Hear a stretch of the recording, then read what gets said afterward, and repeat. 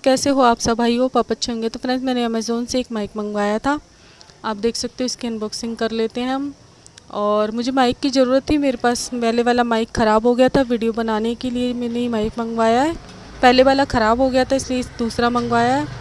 इसके काफ़ी अच्छे रिज़ल्ट है इसलिए मैंने इसे मंगवाया है। और मैं लगा कर वीडियो बनाऊँगी तो आपको इसका रिज़ल्ट भी पता चल जाएगा कि किस तरीके से वर्क करता है। ये काफ़ी अच्छा है ये माइक। तो फ्रेंड्स ये देखिए छोटू सा माइक है और काफ़ी अच्छे से वर्क भी करता है ये। और फ्रेंड्स आप देख सकते हो कुछ साथ में थोड़ी सी चीज़ें मिली हैं इसके। तो फ्रेंड्स आप मुझे कमेंट में बताना कि मैंने ये ठीक माइक मंगवाया है या नहीं। और वीडियो अच्छी लगती है तो चैनल को सब्सक्राइब ज़रूर कर लीजिए।